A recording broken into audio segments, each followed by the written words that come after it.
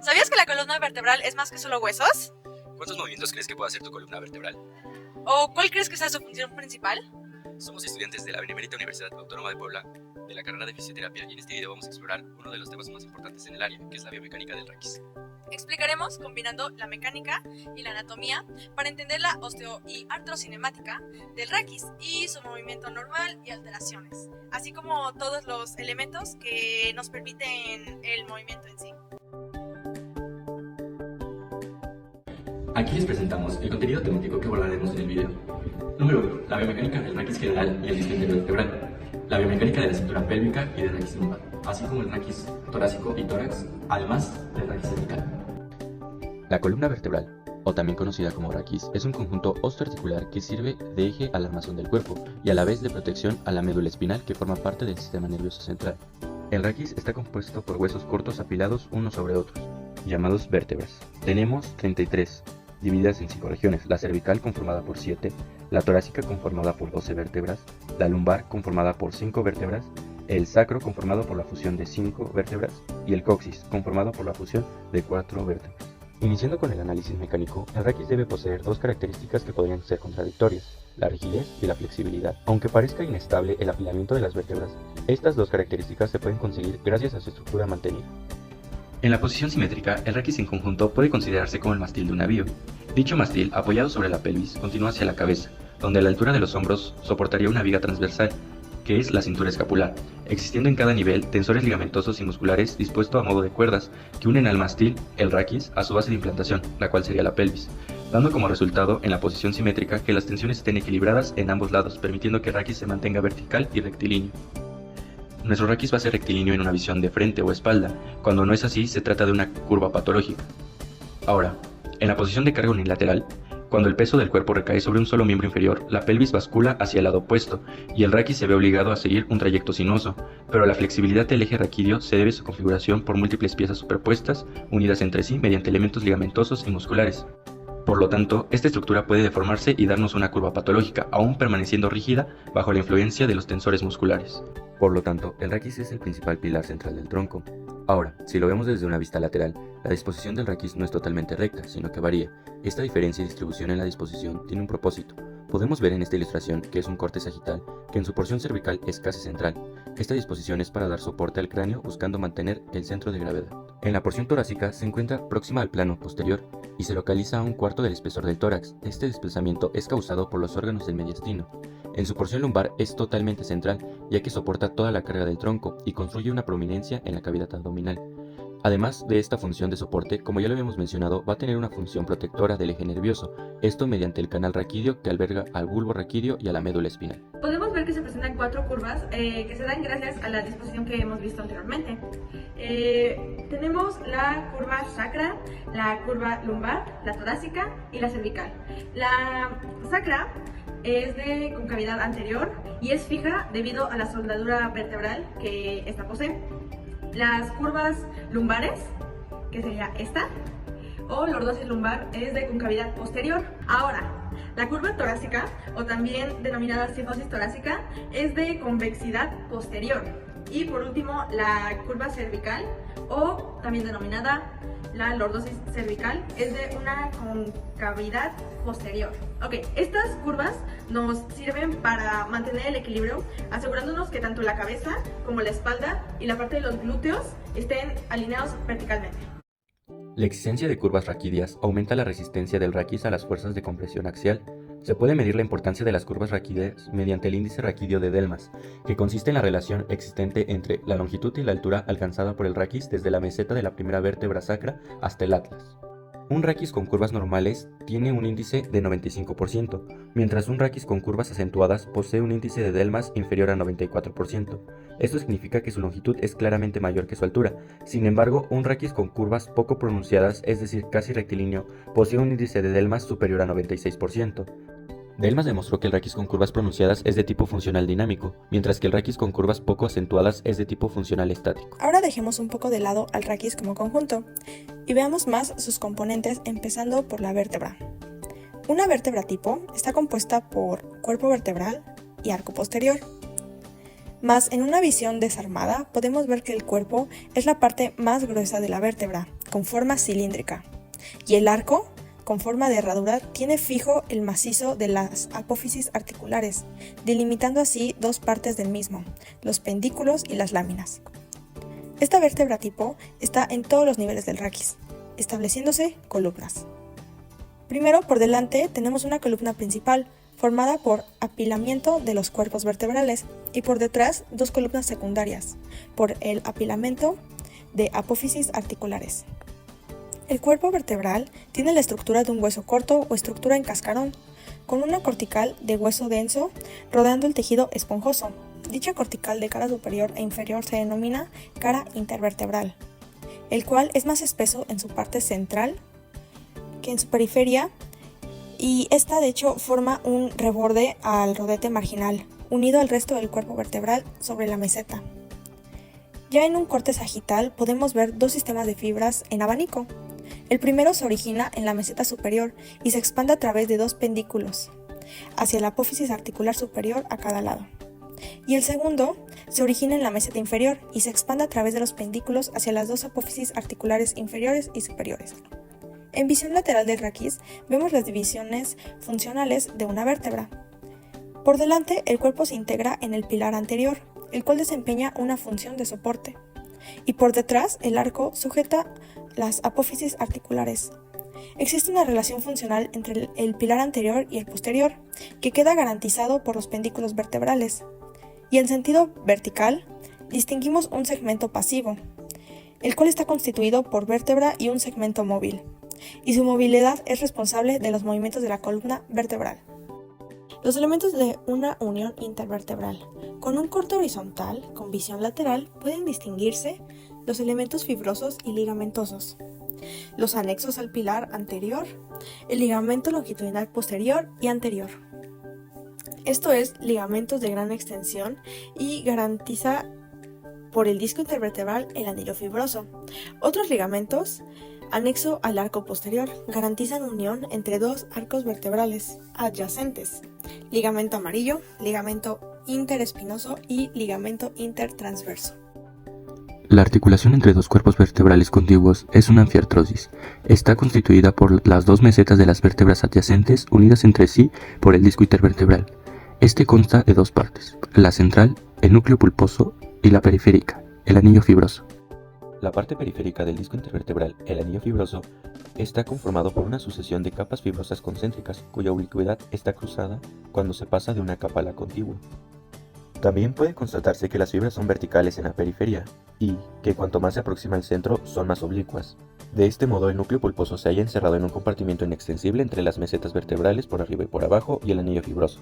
El núcleo pulposo se trata de una sustancia gelatinosa transparente compuesta por un 88% de agua y por lo tanto muy hidrófila. El núcleo pulposo tiene la forma parecida a una esfera y al estar bajo presión entre las dos mesetas vertebrales se va a comportar como una articulación de rótula, la cual nos va a permitir tres clases de movimientos diferentes, los cuales serían los movimientos de inclinación, bien inclinación en el plano frontal, que sería inflexión lateral, bien inclinación en plano sagital, en este caso se observa una flexión o una extensión, y movimientos de rotación de una de las mesetas en relación a la otra. Aunque en principio se toman estos movimientos, la realidad es que es mucho más complejo, ya que en estos movimientos en tornolacánica se añaden movimientos de deslizamiento o cizellamiento de una meseta sobre la otra. También es muy importante recalcar el estado de precompresión del disco y la autoestabilidad que éste tiene en la articulación discovertebral, ya que las presiones ejercidas sobre el disco intervertebral son importantes, sobre todo cuando se aproxima al sacro, ya que el núcleo pulposo soporta el 75% de toda la carga, mientras que el anillo fibroso el 25%. El núcleo actúa como distribuidor de la presión en sentido horizontal sobre el anillo. La presión en el centro del núcleo pulposo no es nula, incluso cuando el disco no soporta carga alguna.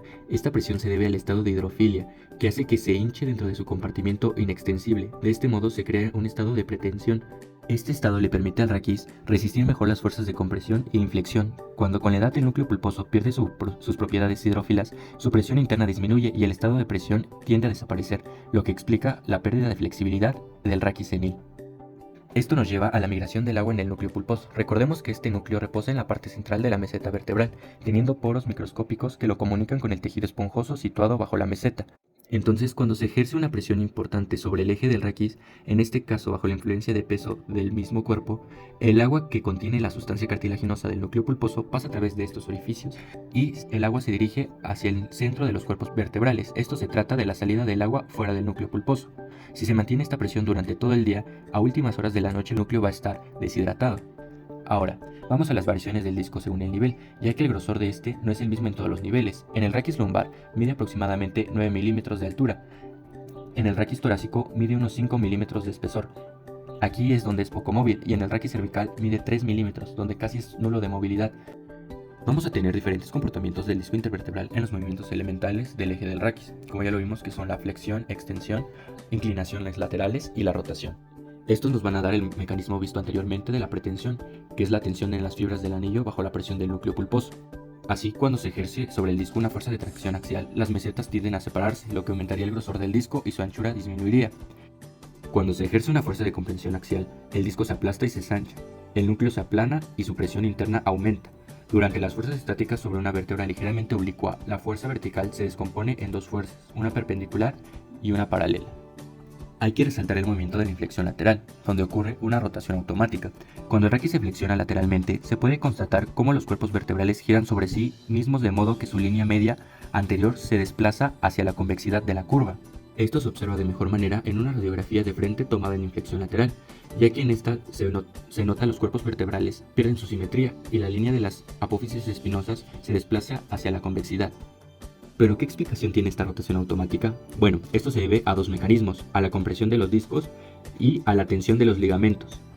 La inflexión lateral en el disco incrementa la presión del lado de la curva. Como el disco en sí mismo es cunciforme, su sustancia comprimida tiende a escaparse por el lado más abierto, es decir, hacia la convexidad. Esto generándonos la rotación. Y por un mecanismo inverso, los ligamentos de la convexidad se hallan en tensión debido a la inflexión lateral. Estos tienden a desplazarse hacia la línea media, buscando el camino más corto. Estos dos mecanismos son sinérgicos y contribuyen cada uno a su manera a la rotación. Pero cabe recalcar que esta rotación es fisiológica, pero en ciertos casos determina alteraciones de la estática vertebral. Vamos a ver las amplitudes globales del raquis. Va a tener 3 grados de libertad, que les va a permitir el movimiento de flexo-extensión, inclinación lateral y rotación axial. Flexo-extensión. En raquis lumbar la flexión es de 60 grados y la extensión de 20 grados. En raquis toracolumbar la flexión es de 105 grados y la extensión de 60 grados. En raquis cervical la extensión será de 60 grados y la flexión de 40 grados. En cuanto a su flexión total del raquis, la flexión es de 110 grados mientras que su extensión total es de 140 grados. La inflexión lateral. La inflexión del raquis lumbar es de 20 grados. La inflexión del raquis cervical es de 35 a 40 grados. La inflexión o inclinación total del raquis es de 75 a 85 grados. La rotación axial en raquis lumbar es de 5 grados. La rotación axial en raquis cervical es de 45 a 50 grados. La rotación axial entre la pelvis y el cráneo alcanza o sobrepasa ligeramente los 90 grados. Dado que con frecuencia la rotación axial es menor en el raquis toracolumbar, la rotación total apenas alcanza los 90 grados. Ahora pasemos a nuestro siguiente tema, que es la cintura pélvica y raquis lumbar. Iniciaremos con la cintura pélvica. La cintura pélvica, o también denominada pelvis, es una estructura fundamental en el cuerpo humano. Es la base de la columna vertebral, soportando todo el conjunto del cuerpo y uno de los miembros inferiores al tronco. Está constituida por 3 piezas óseas, los 2 huesos ilíacos, pares y simétricos. El sacro, un hueso impar y simétrico, que como ya lo habíamos comentado, es un bloque vertebral. Y por 3 articulaciones de escasa movilidad, las 2 sacroiliacas y la sínfisis del pubis. Además de recibir los órganos abdominales, en la mujer, esta cavidad alberga el útero. Esto nos lleva al dismorfio sexual que hay en el pelvis. Estas diferencias tienen importantes implicaciones biomecánicas debido a las diferentes funciones y adaptaciones asociadas con cada sexo. Las pelvis masculinas tienden a ser más robustas y menos amplias en comparación con las pelvis femeninas. Las pelvis masculinas tienden a ser más estrechas y profundas, mientras que la femenina es más ancha y poco profunda. El ángulo subpúbico, formado por la unión de los huesos púbicos, suele ser más agudo en las pelvis masculinas y más amplio en las pelvis femeninas. Esta diferencia en el ángulo subpúbico está relacionada con la adaptación para facilitar el parto en las mujeres. Este diámetro más amplio en las mujeres proporciona un mayor espacio para el paso del feto durante el parto. De estas diferencias anatómicas entre las pelvis masculinas y femeninas reflejan adaptaciones evolutivas para cumplir con las demandas específicas de cada sexo. En el modelo mecánico de la cintura pélvica encontramos que las mismas 3 piezas óseas que analizamos con anterioridad van a formar el anillo pélvico. El sacro constituye la base del edificio raquídeo y se va a integrar como una clave de arco entre los 2 huesos coxales que se unen por delante a la altura de la sínfisis púbica. Cada hueso coxal va a estar articulado por detrás con el sacro, con la cresta ilíaca por arriba y con el agujero obturador por debajo, formando entre los dos un ángulo que va a sugerir la forma de una hélice. Las 2 superficies superiores van a formar con el raquis por detrás y en el centro la denominada pelvis mayor, mientras que las 2 superficies inferiores van a formar con el sacro por detrás y en el centro la pelvis menor. Tenemos entonces que la cintura pélvica garantiza una función mecánica como parte esquelética del tronco y una función de envoltura sujetando y conteniendo las vísceras del abdomen. Si analizamos la arquitectura de la cintura pélvica, el peso que soporta la quinta vértebra lumbar se divide en 2 partes iguales hacia las alas del sacro, y de ahí pasa a las espinas ciáticas y se dirige al acetábulo. La resistencia del suelo al peso corporal que ejerce el fémur y la cabeza del fémur queda en parte anulada por una resistencia opuesta en la sínfisis púbica, y el conjunto de estas 2 líneas de fuerza van a crear el anillo completo. Unido a las crestas ilíacas por los ligamentos sacroiliacos, el sacro va a estar más sujeto desde sus alas como 2 brazos, tanto mayor sea el peso que tenga que soportar, y esto es lo que se le conoce como el sistema de bloqueo. Cuando se produce una dislocación en la sínfisis púbica, la diástasis de ambos pubis permite que las superficies ilíacas de las articulaciones sacroiliacas se separen, dejando que el sacro se desplace hacia adelante. Cualquier cambio de continuidad en algún punto repercute en la integridad del anillo pélvico, y esto compromete su resistencia mecánica. Ahora pasaremos a un análisis de las articulaciones las cuales nos logran dar esta cavidad pélvica. Empezaremos con la articulación sacroiliaca. La articulación sacroiliaca son diartrosis, es decir, articulaciones sinoviales que conectan el sacro con los huesos ilíacos. Las superficies articulares de la articulación sacroiliaca son 2. La primera es la carilla articular del hueso coxal. Es una superficie que tiene forma de media luna y es de concavidad posterior. Está recubierta de cartílago y en conjunto es bastante irregular. La otra superficie es la superficie auricular del ala sacra, cuyos bordes se superponen a los de la carilla auricular del hueso coxal. En la línea axial de esta superficie existe una depresión bordeada por 2 crestas alargadas, formados siguiendo un arco de círculo cuyo centro se localiza a la altura del primer tubérculo del sacro. Sin embargo, estas 2 superficies están lejos de tener la regularidad descrita. Si se realizan 3 cortes horizontales a diferentes niveles de la articulación sacroiliaca, se puede constatar que solo en la parte superior y en la parte media de la carilla auricular del sacro existe una depresión central. En cambio, en su parte inferior, la carilla auricular del sacro es más bien convexa en su parte central. La carilla auricular del sacro puede presentar diferentes variaciones morfológicas, donde el tipo de raquis tendrá una fuerte influencia en la morfología y en su carilla articular. Cuando las curvas raquídeas son muy acentuadas a lo que conocemos como un raquis mecánico, el sacro es muy horizontal y la carilla auricular muy encorvada sobre sí misma y a la par muy cóncava. La articulación sacroiliaca tiene gran movilidad como si fuera una diartrosis y nos habla de una alta adaptación a la marcha bípeda. Pero por ejemplo, cuando las curvas raquídeas están poco acentuadas, que es lo que conocemos como un raquis estático, el sacro es casi vertical y su carilla auricular es más alargada verticalmente y muy poco acomodada sobre sí misma. Por lo tanto, su superficie es prácticamente plana y es una articulación de poca movilidad, por lo que podría recordar a una anfiartrosis. Esta característica es muy común en niños y es frecuentemente encontrada en los primates. Sin embargo, Kappanji nos habla de un tercer tipo, que tiene características intermedias, donde intermedio a esta evolución de primate a hombre, el segmento caudal destacaría la carilla articular, la cual sufre un alargamiento y un ensanchamiento, que en conjunto con el segmento craneal va a alcanzar un ángulo recto en el hombre, mientras que en el primate es más incorporado sobre sí misma. Por otro lado, dice que las carillas articulares generalmente más larga y estrecha en el sacro que en el hueso ilíaco. También desarrolló una teoría sobre la disposición de los ligamentos de la articulación sacroiliaca en relación a las fuerzas que recibe y las clasifica en 2 grupos.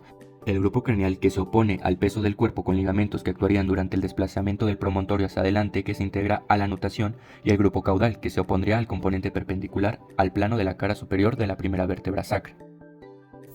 Los ligamentos que vamos a encontrar en una visión posterior de la pelvis van a ser los ligamentos iliolumbares, A superior e inferior, el ligamento iliotransverso del sacro, los ligamentos iliotransversos conjugados, En el plano ligamentoso superficial hay un abanico fibroso que se extiende desde el borde superior del hueso ilíaco hasta los tubérculos posterointernos entre la parte inferior del borde externo del sacro y la gran escotadura ciática. Se extienden dos importantes ligamentos, que son los ligamentos sacrotuberoso y sacroespinoso.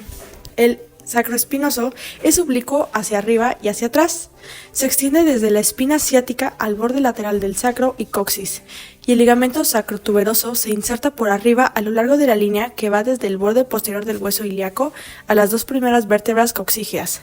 La escotadura ciática mayor se divide por los ligamentos sacrotuberosos y sacroespinoso de dos agujeros. El agujero superior del que sale el músculo piramidal y el agujero inferior por donde sale el músculo obturador interno. En la visión anterior, además de los ligamentos iliolumbares, los sacrotuberosos y sacroespinoso, vemos el ligamento sacroiliaco anterior, constituido por sus haces anterosuperior y anteroinferior, denominados los frenos de la nutación. La cintura pélvica va a realizar dos movimientos importantes, que son los de nutación y contranutación. Durante el movimiento de nutación, el sacro gira en torno al eje del ligamento sacroiliaco interóseo, de tal modo que el promontorio se desplaza hacia abajo y hacia adelante, y el vértice del sacro y el extremo del coxis se desplazan hacia atrás, y es por eso que este movimiento se le conoce como de salud, ya que el diámetro anteroposterior de la apertura superior del pelvis disminuye, mientras que la abertura inferior aumenta. Las crestas ilíacas se van a aproximar, mientras que las tuberosidades isquiáticas se separan. Este movimiento va a estar limitado por la tensión de los ligamentos sacrotuberoso y sacroespinoso y por los frenos de la nutación, es decir, los haces anterosuperior y anteroinferior del ligamento sacroiliaco anterior. Por otro lado, el movimiento de contranutación lo llevará a cabo un desplazamiento inverso en el sacro, al pivotar en torno al ligamento sacroiliaco interóseo. Va a enderezarse, de modo que el promontorio se desplaza hacia arriba y hacia atrás, y el extremo inferior del sacro y el vértice inferior del coxis se desplazan hacia abajo y hacia adelante. El diámetro anteroposterior de la abertura superior de la pelvis va a aumentar, mientras que el diámetro anterior e inferior de la apertura inferior de la pelvis disminuye. La sínfisis del pubis. La sínfisis del pubis es una articulación cartilaginosa que une los dos huesos del pubis en la línea media anterior. Esta es una anfiartrosis de poca o casi nula movilidad, pero en el caso de las mujeres, puede permitir la separación del pubis respecto al otro al final del embarazo y durante el parto. Los dos extremos óseos de los pubis, a cada lado de la línea media, están tapizados por el ligamento interóseo. En la cara anterior de esta sínfisis se ubica el engrosamiento fibroso. En su cara posterior se observa el ligamento posterior de la sínfisis. En una visión interna, la superficie articular del pubis aparece ovalada y con un eje mayor oblicuo hacia arriba y hacia adelante, y se recubre por el tendón de inserción del músculo recto del abdomen. Esta articulación va a estar bloqueada por la expansión de las ponencias de inserción del músculo oblicuo externo del abdomen, por la expansión de los músculos recto del abdomen y piramidal, y por la expansión de los tendones de inserción del músculo grácil y del músculo aductor largo. Todas las fibras entrecruzadas van a formar el envoltorio fibroso púbico. En la cara posterior se puede observar el ligamento posterior de la sínfisis púbica. Ahora, en un corte verticofrontal, vamos a apreciar el cartílago de las superficies púbicas, el fibrocartílago y la fina hendidura excavada en el grosor del fibrocartílago. La parte superior de la sínfisis va a estar reforzada por el ligamento superior y el borde inferior reforzado por el ligamento inferior o el ligamento arqueado del pubis en prolongación del ligamento interóseo. La articulación sacrocoxígea. Esta es una articulación sinovial que conecta el sacro con el coxis. Esta articulación tiene una función limitada en la biomecánica global, pero contribuye a la flexibilidad y estabilidad del área pelviana. Durante el parto, la movilidad de la articulación sacrocoxígea facilita la flexión y rotación del coxis, permitiendo el paso del feto a través del canal del parto. Sus medios de unión estarán constituidos por el ligamento interóseo y por los ligamentos periféricos, que se clasifican en tres grupos: anteriores, posteriores y laterales. También vamos a tener a los tres ligamentos sacrocoxígeos laterales. La articulación hace movimientos de flexoextensión que son principalmente pasivos, que intervienen en la defecación y en el parto. ¿Cómo influye la posición en la cintura pélvica? Por ejemplo, en el apoyo monopodal y en cada paso durante la marcha, la reacción del suelo transmitida por el miembro del importador eleva la articulación de la cadera correspondiente, mientras que en el otro lado, el peso del mismo en suspensión tiende a descender la articulación de la cadera opuesta. Si hablamos de la posición en decúbito, las articulaciones sacroiliacas se solicitan de distinta manera. Según las articulaciones de las caderas, están en flexión o extensión. En extensión hay menor distancia entre el vértice del sacro y la tubería isquiática. Por lo tanto, una rotación en la articulación sacroiliaca en sentido de la contracción, en esta posición va a corresponder a trabajar e iniciar el parto. pues la contracción favorece el descenso de la cabeza fetal hacia la pelvis. En extensión hay menor distancia entre el vértice del sacro y la tuberosidad isquiática, por lo tanto una rotación en la articulación sacroiliaca en sentido de la contraanotación, y en esta posición va a corresponder el trabajo inicial del parto, pues la contraanotación favorece el descenso de la cabeza fetal hacia la pelvis. Suelo pélvico. El suelo pélvico es un complejo de músculos, ligamentos y tejido conectivo, ubicado en la parte inferior de la pelvis que desempeña un papel fundamental en una variedad de funciones biomecánicas, pero primero conozcamos más de su anatomía. Se va a dividir en 3 planos, uno profundo, donde está el elevador del ano con sus 3 haces pubococcígeo, que es la porción esfintereana, puborectal y la anococcígeo. También encontramos el ligamento anococcígeo. En el plano medio tenemos el muslo transverso profundo del perine, que en mujeres llega directamente a la vagina, y el esfínter externo de la uretra y el esfínter externo del ano. Y el plano superficial vamos a tener que está insertado en las ramas isquipúbicas, uniéndose al centro del esfínter del ano y el ligamento anococcígeo. Diferencia del perine femenino del masculino. Bueno, anatómicamente tenemos que el perine masculino va a estar compuesto por las mismas formaciones que el perine femenino, pero existe una diferencia capital en la ausencia de la abertura urogenital, que se reemplaza por el aparato erector, que se constituye por 3 cuerpos eréctiles. La próstata además tiene como función segregar el líquido espermático. Contrariamente al perine masculino, el perine femenino va a sufrir grandes traumatismos como lo es el parto, en la cual el recién nacido tiene que abrirse paso mediante la fuerza a través de la hendidura urogenital, y esto puede tener consecuencias en la estática pélvica y desencadenar distintos tipos de prolapsos urogenitales. Vamos a tener pues que los músculos del perine van a controlar funciones esenciales como es la micción, la defecación y la erección. En la micción, los principales factores que van a influir va a ser la relajación del músculo esfínter liso de la uretra, la contracción del músculo detrusor, la relajación del músculo esfínter externo de la uretra posterior y la contracción de los músculos del esfuerzo abdominal, es decir, el diafragma, músculos largos del abdomen y especialmente el músculo oblicuo interno del abdomen. Por el lado contrario, la defecación va a estar en dependencia de otros 4 factores, que sería la relajación del músculo elevador del ano, la contracción de los músculos lisos de la pared del recto, la relajación del músculo esfínter externo del ano y la contracción de los músculos del esfuerzo abdominal. Por último, decimos que en el parto, la posición que favorece la amplitud de la abertura superior mediante el mecanismo de contranotación es la de decúbito supino, desde las piernas donde las piernas deben de estar estiradas. Las fibras musculares en forma de círculo estimulan al cuello uterino para que se dilate, y es donde comienzan las contracciones. Durante el parto, el aumento de los diámetros pélvicos se ve facilitado por la separación de casi 1 centímetro de la sínfisis púbica, y esto aumenta todos los diámetros, comenzando por el de la abertura superior. Cuando el agujero cervical está dilatado al máximo, la fase de expulsión comienza, para lo que es necesario que aumente el diámetro de la abertura inferior. Esto va a depender del mecanismo de notación. Raquis lumbar. Ahora vamos a hablar del raquis lumbar. Si lo vemos de frente, el raquis lumbar es rectilíneo y simétrico en relación a la línea de las apófisis espinosas. La anchura de los cuerpos vertebrales, al igual que de las apófisis transversas, decrece regularmente de abajo hacia arriba. Si trazamos una línea que represente la curva de la lordosis lumbar, veremos que esta es tanto más pronunciada mientras más acentuada sea la lordosis. Puede ser nula cuando el raquis lumbar es rectilíneo, incluso puede invertirse en ciertos casos. Seguimos explicando el raquis por segmentos y ahora vamos con el torácico. El raquis torácico es un segmento raquídeo situado entre el raquis lumbar y el cervical. Representa el eje de la parte superior del tronco y es el soporte del tórax. A través de la caja torácica, el raquis torácico sujeta la cintura escapular sobre la que se articulan los miembros superiores. Este es más móvil en el sentido de la rotación que el raquis lumbar. Además, está mucho menos afectado por las fuerzas y su patología deriva esencialmente de las deformaciones adquiridas. Veamos la descripción de la vértebra torácica tipo.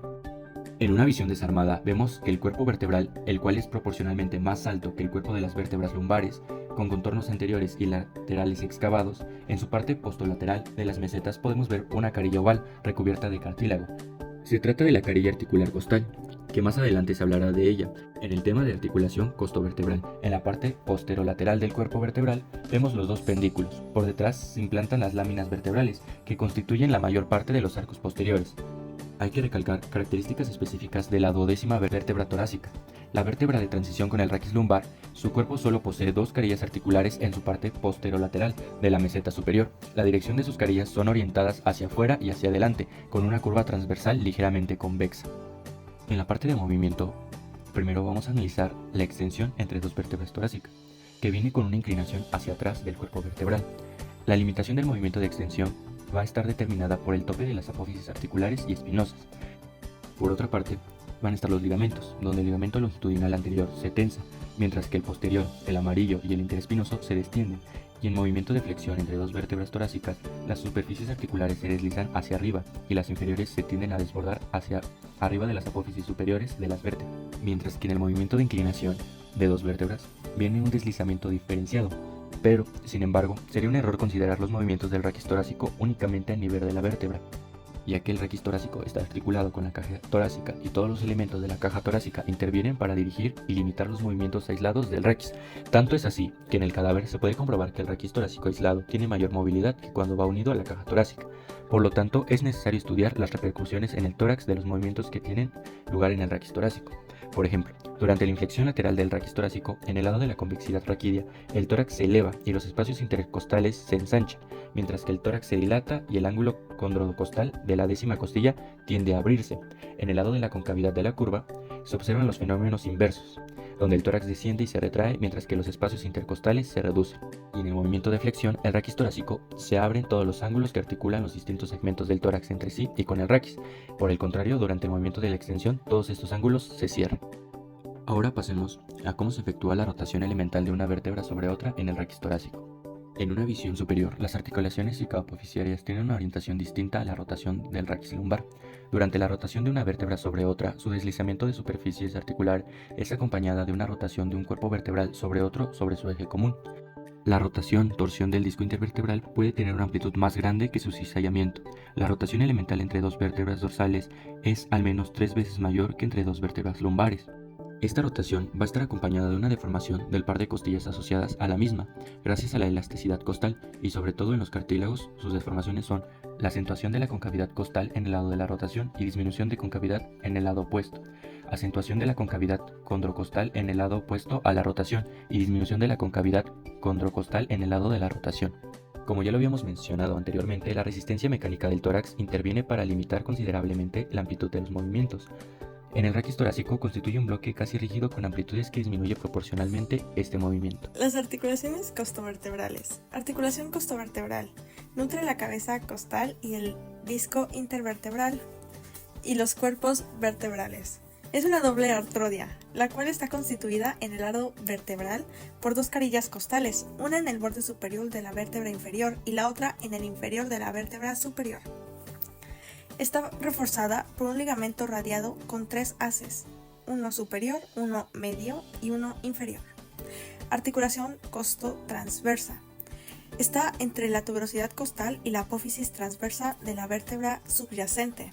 Es una artrodia constituida por dos carillas ovaladas, una en el vértice de la apófisis transversa y la otra en la tuberosidad costal. Está reforzada por 3 ligamentos costotransversos, el interóseo, el posterior y el superior. Estas dos articulaciones están dotadas de potentes ligamentos y no pueden funcionar la una sin la otra. Están mecánicamente unidas. Movimiento de las costillas en torno a las articulaciones costovertebrales. Cada articulación por su parte forman un par de artrodias mecánicamente unidas, cuyo movimiento no puede ser más que una rotación en torno a un eje que pase por el centro de cada una de estas dos artrodias. La orientación de este eje XX respecto al plano sagital determina la dirección de los movimientos costal en las costillas inferiores. El eje se aproxima al plano y el movimiento de elevación de costilla, el cual conlleva un aumento del diámetro transversal del tórax. En las costillas superiores se articulan a través de un eje YY situado en un plano frontal. Su movimiento de elevación de la costilla conlleva un aumento bastante acentuado del diámetro anteroposterior del tórax. Movimientos de los cartílagos costales y del esternón. En una visión superior, comparada con una anterior con el movimiento de las costillas, vemos que tras la parte más lateral de la costilla se eleva a una altura y se separa del eje del cuerpo de longitud. El extremo anterior de la costilla se eleva a una altura y se separa del plano de simetría, una longitud siendo estas dos últimas longitudes mayores que las dos primeras. Simultáneamente, el esternón se eleva y el cartílago costal toma una dirección más horizontal. formando un ángulo zona con su posición inicial. Las deformaciones del tórax en el plano sagital durante la inspiración. Durante el movimiento de inspiración se van a determinar ciertas deformaciones. En la primera costilla se va a dar que se eleva y su extremo anterior describe un aro de círculo. Esta elevación de la primera costilla hace una elevación del esternón. En el movimiento del esternón no está paralelo a sí mismo. En la 10ª costilla también se efectúa un movimiento de elevación en torno a su centro y a su extremo anterior describe un arco de círculo. Pasemos a ver el mecanismo de los músculos intercostales y del músculo transverso del tórax. Los músculos intercostales son elevadores de las costillas, vienen del vértice de las apófisis transversas y finalizan en el borde superior de la costilla subyacente. Los intercostales externos, estos son como el supercostal, elevadores de las costillas, por ende inspiradores. Y los músculos intercostales internos, que producen el descenso de las costillas y la expiración. El músculo transverso del tórax tiene su localización retroesternal. La contracción de sus 5 haces determina el descenso en relación al esternón de los cartílagos costales correspondientes. Es un músculo espirador.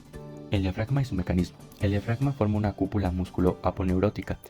Une y cierra el orificio inferior del tórax. Lo separa a este del abdomen. En visión de perfil, la cúpula desciende más abajo por detrás y su punto más elevado lo constituye el centro frénico. En este centro se originan haces de fibras musculares que se dirigen radialmente hacia el contorno del orificio inferior del tórax y se insertan en la cara medial de los cartílagos costales, en los extremos de la 11ª y 12ª costilla. En una visión anterior se distingue la cara convexa del diafragma y también los orificios por donde pasa el esófago por arriba y la aorta por debajo. Esto es muy importante resaltarlo ya que van a ayudar al movimiento de estas. Pero principalmente el diafragma es un músculo primordial de la respiración que por sí solo ensancha los 3 diámetros del volumen torácico. El ensanchamiento del diámetro vertical, el ensanchamiento del diámetro transversal y del diámetro anteroposterior. Los músculos de la respiración. Se clasifican estos en 2 categorías. La primera, los músculos de la inspiración, que elevan las costillas y el esternón, y los de la expiración, que descienden las costillas y el esternón. Y en esta categoría parten otros 2 grupos, los principales y los accesorios. Estos últimos solo actúan durante movimientos anormales, amplios o potentes. Se pueden distribuir los músculos de la respiración en 4 grupos. Principales de la inspiración son los intercostales externos y los elevadores de las costillas y del diafragma. Los accesorios de la inspiración, constituidos por los esternocleidomastoideos escalenos, pectoral mayor y menor, serrato posterior, fibras del ilio costal torácico. Principales de la expiración, solo está representado por los intercostales internos, y los accesorios de la expiración, los que condicionan la expiración forzada y el esfuerzo abdominal. Relación de antagonismo, sinergia entre el diafragma y los músculos abdominales. Durante la inspiración, la contracción del diafragma desciende el centro frénico, lo que aumentará el diámetro vertical del tórax y se interviene la resistencia a la elongación de los elementos verticales del mediastino y sobre todo la resistencia de la masa de las vísceras abdominales. Esa masa está sujeta por cincha abdominal, instituida por potentes músculos abdominales. La acción antagonista sinérgica de los músculos abdominales es indispensable para la eficacia del diafragma. Durante la expiración, el diafragma se relaja y la contracción de los abdominales desciende el orificio interior del tórax, de modo que disminuye los diámetros transversal y anteroposterior del tórax. Los músculos citados desplazan la masa hacia arriba y ascienden el centro frénico, lo que disminuye el diámetro vertical del tórax. La complianza torácica. La complianza es el accionado con la elasticidad de elementos anatómicos del tórax y pulmones. En la expiración normal, el tórax y los pulmones adoptan posición de equilibrio, tipo un resorte sin ser manipulado. A través de un esfuerzo muscular, la expiración forzada se comprime en elementos elásticos del tórax y se crearía una presión positiva. Y si se realiza un esfuerzo de expiración, podría compararse al estiramiento de un resorte, que se creará una comprensión negativa intratorácica. La complianza representa la relación entre el volumen del aire y la presión parietal necesaria para movilizarlos. La maniobra de Helmich se da en casos de cuando un cuerpo extraño voluminoso ha sido inhalado. El bocado sorprende los mecanismos de protección de las vías respiratorias y penetra en la tráquea.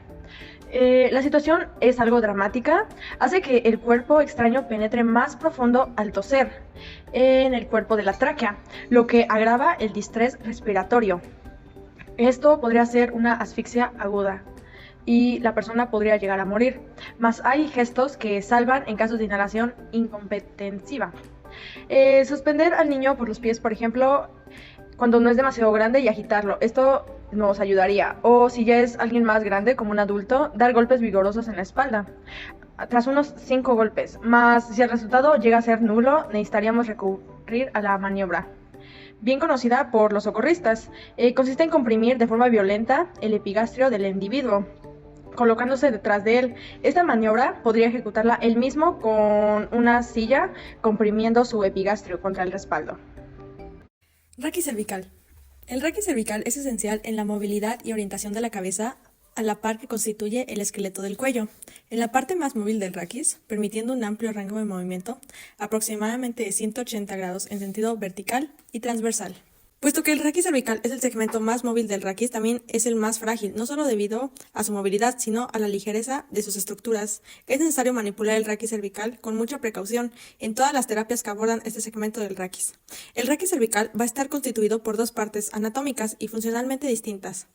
El raquis cervical superior, también denominado suboccipital, constituido por la primera y la segunda vértebra, también conocidas como atlas y axis, junto con el occipital, forman una cadena articular compleja con 3 ejes y 3 grados de libertad. El raquis cervical inferior, que va desde la meseta inferior del axis hasta la meseta superior de la primera vértebra torácica. Las articulaciones del raquis cervical inferior presentan dos tipos de movimientos, la flexoextensión y los movimientos mixtos de inclinación-rotación, pero no movimientos puros de inclinación y rotación. Funcionalmente, estos dos segmentos se van a completar entre sí para realizar movimientos puros de la cabeza. El atlas es la primera vértebra cervical y sostiene el cráneo, permitiendo un rango de movimiento significativo.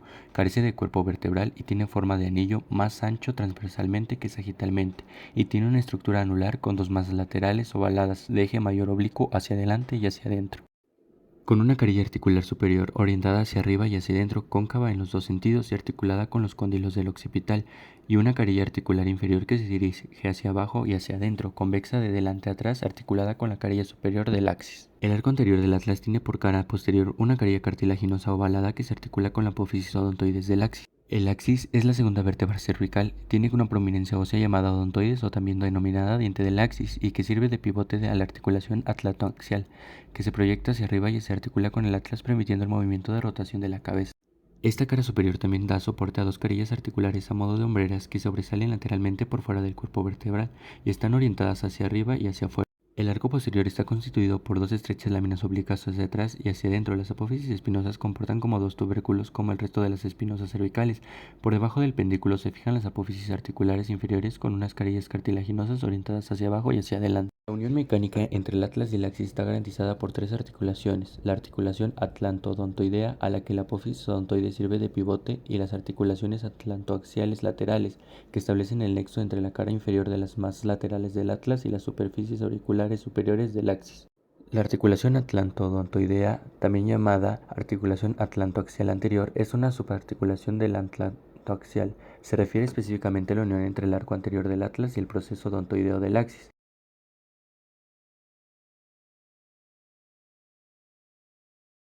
Esta articulación es responsable de aproximadamente el 50% del movimiento de la rotación del cuello. En un corte parasagital en las masas laterales del atlas se muestra la curva de la articulación atlanto-odontoidea con su carilla odontoidea y la carilla del arco anterior del atlas. Se muestra la carilla superior de las masas laterales del atlas y la cara inferior de las bases laterales del atlas, que es convexa por delante, y la carilla superior del axis, junto con la cara inferior que estaba orientada hacia abajo y hacia adelante, para articularse con la carilla superior de las apófisis articulares de la tercera vértebra cervical. Durante la flexión, las masas laterales del atlas tienen que rodar sin deslizarse sobre la superficie superior del axis. Este desplazamiento genera un bostezo superior en la articulación entre el arco anterior del atlas y la carilla anterior de la apófisis odontoides. Durante la extensión, este desplazamiento va a generar un bostezo inferior en la articulación entre el arco anterior del atlas y la superficie anterior de la apófisis odontoides. El centro real del movimiento de flexoextensión del atlas sobre el axis sería un tercer punto que se proyecta casi en el centro de la apófisis odontoides, en una vista de perfil. En consecuencia, durante el movimiento de flexoextensión, la carilla inferior de las masas laterales del atlas rueda y se desliza al mismo tiempo sobre la superficie superior del axis. Durante los movimientos de rotación existen desplazamientos en las dos articulaciones atlantoaxiales, derecha e izquierda. En la rotación de la izquierda hacia la derecha, la masa lateral izquierda del atlas avanza mientras que la masa lateral derecha retrocede. Durante esta misma rotación de derecha a izquierda sucede la inversa. Durante su rotación sobre el axis, el atlas se desplaza entonces verticalmente hacia abajo, unos 2 o 3 milímetros, aunque su movimiento es helicoide. La articulación atlanto-occipital se encuentra entre el atlas y el hueso occipital del cráneo. Es una articulación condilia que permite principalmente el movimiento de la flexión y extensión del cuello, como cuando nos asentimos con la cabeza hacia adelante y hacia atrás. Esta articulación es responsable de aproximadamente el 15 al 20% del movimiento total de flexión y extensión del cuello. Existen dos articulaciones atlanto-occipitales que están mecánicamente unidas y que se relacionan con las carillas superiores de las masas laterales del atlas con la de la superficie de los cóndilos occipitales.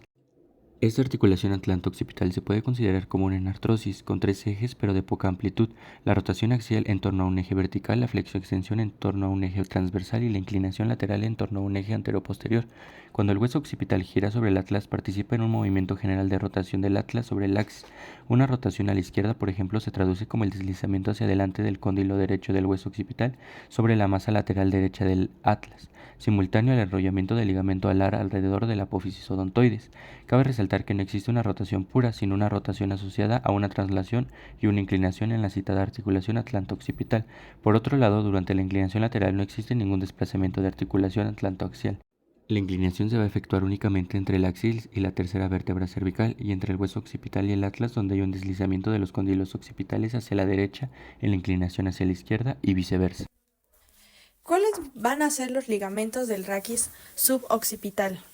En un corte sagital vemos al ligamento del vértice del axis, al ligamento transverso, al transverso occipital, al transverso axial, al cruciforme, al occipito axial medio, que se extiende por los ligamentos longitudinal posterior, occipito axiales laterales, atlantoaxial anterior, que prolonga hacia abajo el ligamento atlanto-occipital anterior, el ligamento longitudinal anterior, que recubre todo este conjunto por delante y se inserta en la cara inferior de la apófisis basilar. Por otra parte, los arcos posteriores van a estar unidos por los ligamentos atlanto-occipital posterior, ligamento atlantoaxial posterior, el ligamento interespinoso, el ligamento nucal y el amarillo que une el arco posterior del axis del arco posterior de la vértebra cervical tercera. Ahora pasando a raquis cervical inferior, vamos a empezar describiendo una vértebra cervical tipo. El cuerpo de la vértebra con su meseta superior tiene dos prominencias planas que serían las apófisis unciformes, entre las que se encargan las carillas articulares correspondientes a la meseta inferior de la vértebra superior. A través del disco intervertebral se va a articular con la meseta inferior de la vértebra subyacente para los movimientos de flexoextensión. Tenemos los pendículos vertebrales y las apófisis transversas cervicales. El arco posterior va a estar constituido sucesivamente por los pendículos y las apófisis articulares, las láminas vertebrales y las apófisis espinosas. Tenemos que por delante de los cuerpos vertebrales se va a extender el ligamento longitudinal anterior y por detrás el posterior. Entre las láminas vertebrales se extiende a cada lado los ligamentos amarillos. Las apófisis espinosas van a estar unidas entre sí por los ligamentos interespinosos prolongados hacia atrás por los ligamentos supraespinosos. Las apófisis transversas van a estar unidas entre sí por los ligamentos intertransversos.